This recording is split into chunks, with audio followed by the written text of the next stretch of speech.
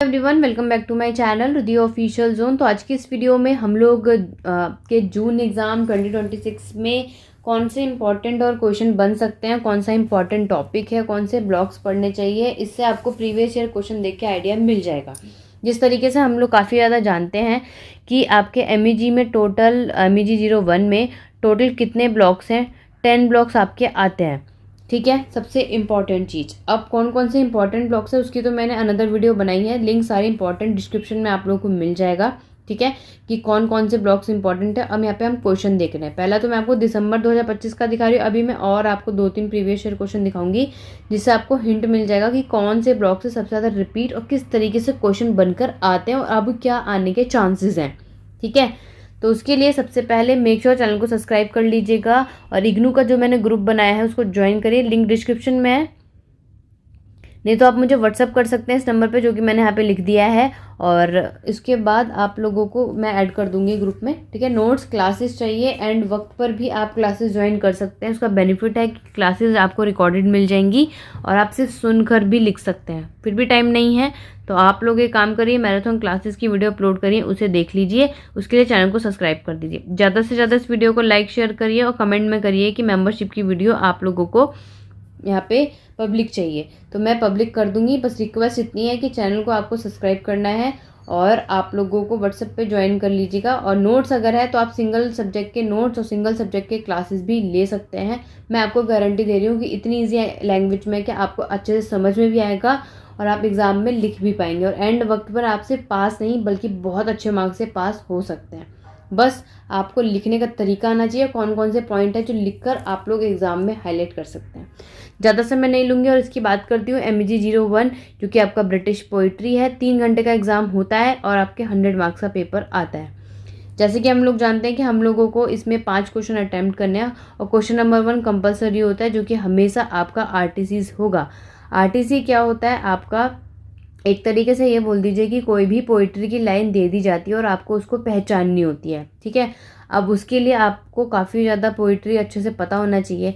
तो आप लोग अगर चाहते हैं कि मैम मैट्रिक, तो मैं एक शॉर्ट वीडियो लेकर आऊँगी, तो आपको उसके लिए चैनल को सब्सक्राइब करना है, जिसका लिंक मैं आप लोगों को व्हाट्सएप ग्रुप पे भी दे दूँगी कि RTCs में आप किस तरीके से पहचानेंगे कौन सा राइटर है। राइटर पहचान लेंगे और उसकी बेसिक आपको सारी पोएम याद आ जाएंगी, तो आप इजीली से RTCs पहचान सकते हैं, क्योंकि ये तो कंपलसरी, इसको आप स्किप नहीं कर सकते हैं। बाकी में तो आपके चॉइसेस है कि कौन से ब्लॉक से आप कौन सा क्वेश्चन उठा रहे हैं। ठीक है, तो पहला आपका क्वेश्चन आता है, explain any 2 of the following passages with reference to the context. ठीक है, जैसे हमें फिर बाद में एक्सप्लेन करना होता है कि वो लाइन क्या होती है। तो जैसे स्क्रीन पे दिख रहा है, पहला sinking he left his daggers drop behind etcetera. ठीक है, और the mantle fell to the young from part with the double portion of his father art. तो देखिए, ये जो लाइन आप लोगों की ली गई है, इसका आप लोगों का रेफरेंस आप लोग बताएंगे, तो ये आपकी ST कॉलरिज। ठीक है, ST कॉलरिज के द्वारा लिखा हुआ, जो कि उनकी पोएम कौन सी है, the rime of the ancient mariner. ये लाइन उससे ली गई है। तो रेफरेंस में आप लोग को इसी तरीके से लिखना है कि these line are taken from the poem the rime of the ancient mariner written by ST Coleridge. और बेसिकली ये जो आपका आया है, तो आपको मैं बता देती हूँ, ये है आप लोगों का ब्लॉक नंबर 9, जो कि आप लोगों के ब्लॉक नंबर 6 में है। ठीक है, ST कॉलरिज आपके ब्लॉक नंबर 6 से ये क्वेश्चन पूछा गया है। ब्लॉक नंबर 6 जो कि आपकी रोमांटिक पोएट है, तो उसमें आपके विलियम ब्लेक, विलियम वर्ड्सवर्थ और ST कॉलरिज 3 आते हैं। तो ये वाला आपका ब्लॉक नंबर किससे लिया गया है? ब्लॉक नंबर 6 से लिया गया है, विच इज़ वेरी इंपॉर्टेंट, जो कि मैं आपको बता चुकी हूँ कौन कौन से ब्लॉक आप लोग को पढ़ने चाहिए। ठीक है, और आपको इस लाइन में आपने रेफरेंस बता दिया, and you can also write the context like this line occur when the ship is under a terrible curse and because the ancient mariner has killed the albatross, a scared bird जो होती है। तो as a result अगर हम इसमें देखते हैं, तो इसमें क्या शो किया गया है कि nature return hostile and the entire crew begins to सफर।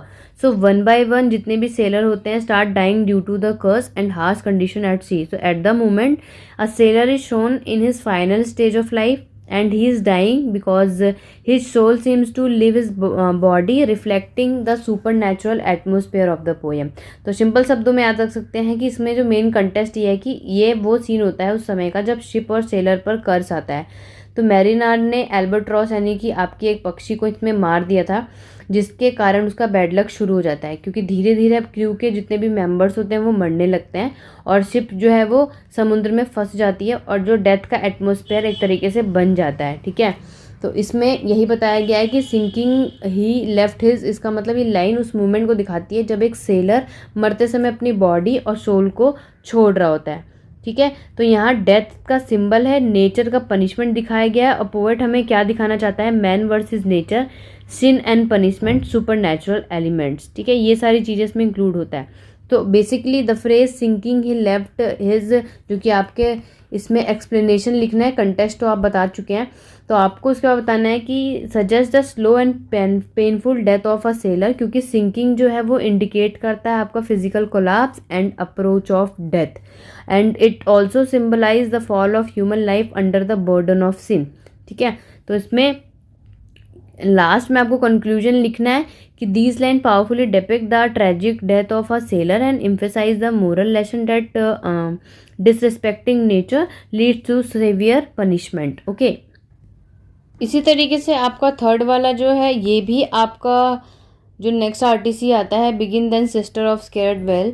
तो बेसिकली ये जो लाइन ली गई है वो आपकी एडमंड स्पेंसर की द सेपियर्ड कैलेंडर से लिए गई है। ठीक है, और इस लाइन में पोएट जो है वो म्यूसिस, यानी जो आप कह सकते हैं कि एक कला होती है और उसको इवोक कर रहा है। तो पोएट अपनी पोइट्री शुरू करने से पहले डिवाइन इंस्पिरेशन मांगता है। ठीक है, जहाँ पे वो बोल रहा है कि स्केयर्ड वेल और सीट ऑफ जॉय। ठीक है, seat of Joy, seat of जव, जहाँ की जव मतलब यहाँ पे जुपिटर से बोला गया है, कंडक्ट करा गया है, और बेसिकली ये एक मिथोलॉजिकल रेफरेंसेस है जो कि दिखाता है कि पोइट्री जो है वो डिवाइन सोर्स से आती है।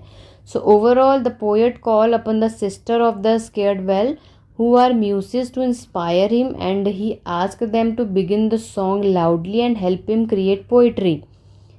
ठीक है, तो सीट ऑफ जॉब भी जो है वो देवता जुपिटर का स्थान कह सकते हैं आप, एक तरीके से सजेस्ट कर रहा है। एंड जो प्रेज है आपका स्विंग द स्ट्रिंग।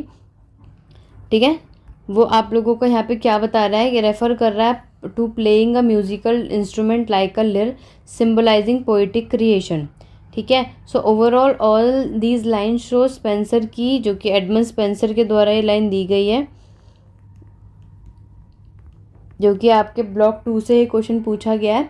ठीक है, ये एक लाइन जो है वो स्पेंसर की क्लासिकल अप्रोच शो करती है, where he evoke the muses for inspiration and he emphasising that poetry is a divine art.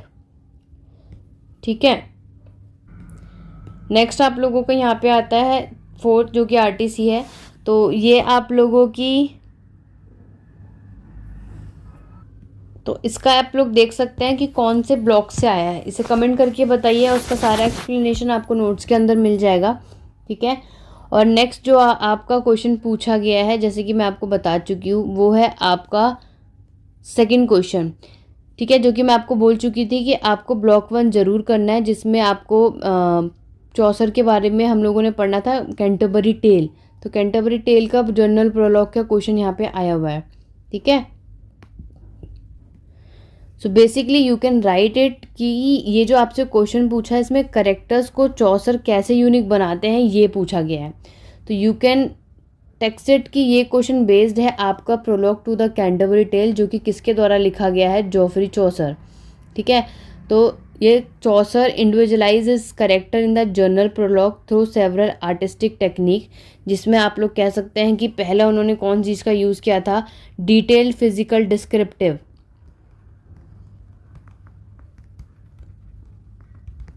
मतलब ये कह सकते हैं कि इसके अंदर चौसर ने यहाँ पर आपके फिजिकल डिस्क्रिप्शन यूज़ किया, यानी कि हर एक करेक्टर का अलग अलग लुक बताया, उनके कपड़े, उनका बिहेवियर, ये सब बताया। तो इससे वो सब हर करेक्टर्स के बारे में यादगार बनाते हैं।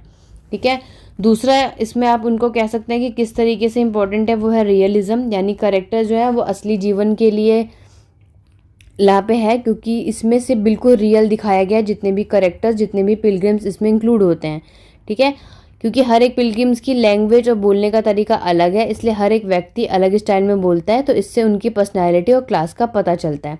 और इसमें आयरनी एंड सटायर का भी आप कहेंगे। नेक्स्ट जो आपको पॉइंट इसके अंदर लिखेंगे, ये भी एक रिपीटेड ही है जो आपको हर बार आता है ये मैक्सिमम। तो चौसर जो है वो आप कह सकते हैं ह्यूमर से उनकी कमियां दिखाते हैं। ऐसा नहीं है कि सीधा ही सीधा किसी पे ब्लेम कर देते हैं, उनका मजाक बनाते हैं, बट वो सिर्फ एक नॉर्मली फ़नी वे में हर एक पिलग्रिम्स के बारे में एक्सप्लेन करते हैं, उनकी कमियां दिखाते हैं। जैसे उन्होंने मॉन्क रिलीजियस को नहीं बल्कि उनको लग्जरी पसंद करता है। ठीक है, तो यहाँ पे सोशल बैकग्राउंड इनका बताया कि लाइक हर करेक्टर समाज के लिए हर वर्ग को रिप्रेजेंट करता है। ठीक है, सो बेसिकली इस तरीके से चौसर अपने करेक्टर्स को यहाँ पे आप कह सकते हैं एक living individual through realism, irony and detail observation.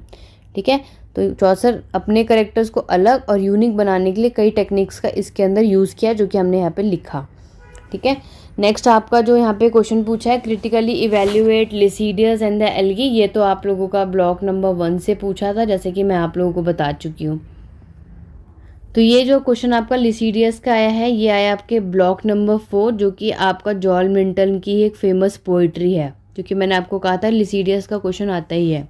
ठीक है, ये आपका तो लिसिडियस का ये वाला क्वेश्चन जब भी आता है बेसिकली इसी तरीके से पूछा जाता है। ठीक है, तो एक एल्गी क्या होती है पहले तो हम लोगों को ये पता होना चाहिए। तो एल्गी एक वो पोएम है जो कि आप कह सकते हैं एक शोक गीत होता है जो किसी की मृत्यु पर लिखा जाता है। Right, so basically it is an elegy as a poem written to mourn the death of a person. ठीक है, अब यहाँ पे क्या बोला है, क्रिटिकली आपको इवेल्यूएशन करना है। तो इसमें आप क्या क्या की पॉइंट्स का यूज़ कर सकते हैं। फर्स्टली कि expression of grief, which means यहाँ पे मिल्टन ने एक्सप्रेस किए हैं deep sorrow for the death of his friend Edward king. ठीक है, यानी कि मिल्टन ने अपने जो फ्रेंड एडवर्ड किंग की मृत्यु पर एक तरीके से अपना यहाँ पे दुख यहाँ पे ज़ाया किया है। ठीक है, दूसरा आता है पेस्टोरल सेटिंग जो कि पोएम जो है आपकी पेस्टोरल स्टाइल में है, जहाँ लिसिडियस को एक शेपर्ड के रूप में दिखाया जाता है। थर्ड है यूज़ ऑफ मिथोलॉजी, बिकॉज इस पोएम के अंदर मिल्टन ने यूज़ किए हैं Greek mythology which is meiosis का यूज़ किया, गॉड्स आ गए, नेचर हो गए, या फिर कुछ स्पिरिट्स हैं। ठीक है, इन सब का यूज़ किया है। उसके बाद क्वेश्चन उठाया है आपका फेट एंड गॉड पे, यानी कि मिल्टन क्वेश्चन करते हैं कि why a Nobel person dead so early, यानी कि जो अच्छे इंसान होते हैं, अच्छे व्यक्ति होते हैं, वो जल्दी क्यों मर जाते हैं, वो इस लिसिडियस में पोएम उठाया जाता है, सबसे बड़ा क्वेश्चन। उसके बाद इसके अंदर आप पॉइंट लिख सकते हैं religious consolation, which mean at the end देखेंगे तो पोएम में offer hope for that Lycidas live in heaven. ठीक है, so Milton criticise corrupt clergy through Saint Peter. So overall Lycidas एक परफेक्ट एलिगी है combining sorrow, philosophy and hope, though sometime it becomes too artificial. ठीक है, यानी कि कभी कभी आर्टिफिशियल भी लगती है। इसी तरीके से आपको इसके कुछ पॉइंट लिख के और एक्सप्लेन करना है, जो कि 20 मार्क्स का आपका आता है। नेक्स्ट क्वेश्चन आपका है comment on the crowd accompany the car in the triumph of life. तो ये वाला क्वेश्चन आपका किससे आया है, ब्लॉक नंबर 7 आप लोगों का the second generation romantic poet है। ठीक है, तो इन्हीं का ही है जो कि द ट्रिम्प ऑफ लाइफ। ठीक है, तो बेसिकली आपको हर एक ब्लॉक में ब्लॉक 6 ब्लॉक 7 को नहीं छोड़ना, क्योंकि उसमें रोमांटिक पोएट्स और सेकेंड जनरेशन के रोमांटिक पोएट्स पूछते हैं। तो the triumph of life basically आपकी ये पीबी शैली के द्वारा लिखी गई है। ठीक है, और इसमें जो क्वेश्चन पूछा है कि आप लोगों को कमेंट करना है इस पर, तो बेसिकली इस पोएम में शैली एक मिस्टीरियस चिरौट, यानी कि एक मिस्टीरियस कार का वर्णन करते हैं जिसके पीछे एक बड़ी भीड़ चल रही है। सो नेचर ऑफ क्राउड, यहाँ पे आप पॉइंट्स लिख सकते हैं। पहले तो ब्लाइंड फॉलोअर्स हैं, और क्योंकि इस वाले पोइट्री के अंदर भीड़ बिना सोचे समझे जो है वो चैरियट के पीछे चलती रहती है, तो यहाँ पे ये दिखाता है कि लोग लाइफ के कंट्रोल में हैं, है ना। लॉस ऑफ इंडिविजुअलिटी, यहाँ पे जो लोग अपनी पहचान खो देते हैं वो एक तरीके से सबके साथ भीड़ का हिस्सा बन जाते हैं। और इसी के अंदर victim of life, you can also right this point, क्योंकि ये है जो जीवन के शक्ति के सामने हार चुके हैं। एंड इंक्लूड ग्रेस पर्सनैलिटी, क्योंकि इस भीड़ में जो राजा हो, चाहे फिलोसोफर हो, हीरो हैं, वो सब के सब इसमें शामिल हैं, जो कि हमें क्या मैसेज देते हैं कि कोई भी लाइफ के प्रभाव से नहीं बच सकता।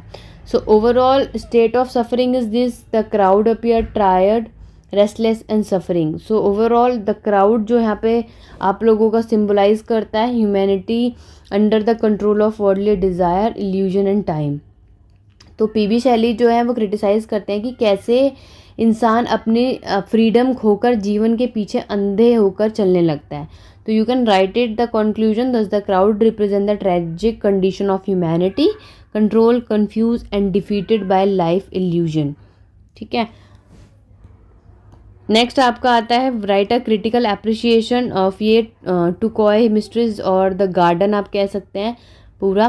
तो ये आपका block number 3 the metaphysical poet से ये पूछा गया है। ठीक है, और इसमें मेटाफिजिकल में जॉन डन, जॉर्ज हर्बर्ट और एंड्रू मार्वल के हैं। तो ये क्वेश्चन आप देख सकते हैं कि किस तरीके से आया है।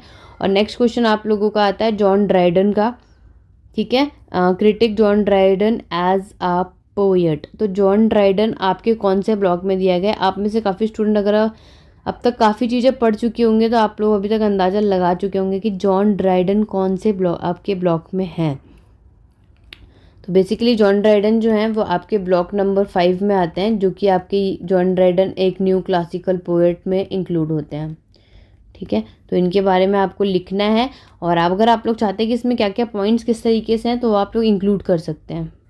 नेक्स्ट आप लोग देख रहे हैं कुबला खान का एक, जो कि मैंने आपको बताया था विच इज़ मोस्ट इम्पॉर्टेंट, और ये आपकी ब्लॉक नंबर 6 है। ठीक है, जो कि आप लोगों की कुबला खान आती ही आती है। तो ब्लॉक 6 तो आप स्किप नहीं कर सकते, अभी तक देख सकते हैं कि ये ब्लॉक 6 से दूसरा क्वेश्चन आया हुआ है। ठीक है, एसटी कॉलेज का हमने देखा, आर्टिस्ट भी आ गया, अब कुबला खान भी है। नेक्स्ट आपका जॉनसन्स के व्यू पूछे गए हैं। Poetry is the art of uniting pleasure with truth by calling imagination to the help of reason.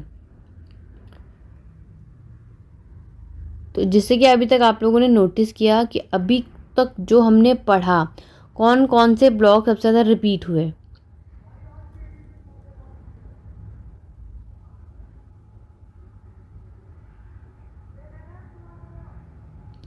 तो आपको MEG 1 में जो सबसे इम्पॉर्टेंट ब्लॉक्स करने हैं, जिसमें आपको सबसे ज़्यादा रिपीटेड देखने को मिल रहा है, ब्लॉक 1 करना है आपको।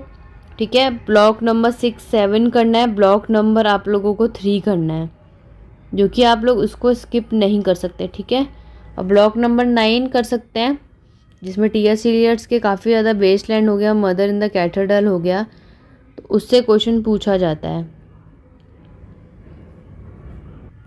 अब हम अगर जून 2025 का MEG 1 का क्वेश्चन पेपर देखेंगे तो आप लोगों को अब समझ में आएगा कि इस तरीके से पूछा जा रहा है। आरटीसीज का क्वेश्चन का तो मैंने एक सिंगल वीडियो बनाई है, आरटीसीज आप लोग देख सकते हैं किससे आया है।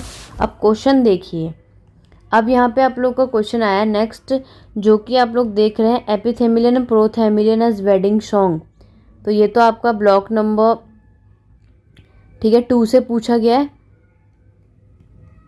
जिसमें एपिथेमिलियन प्रोथेमिलियन एक वेडिंग सॉन्ग है। ठीक है, इसके बारे में आप लोगों को बताना है।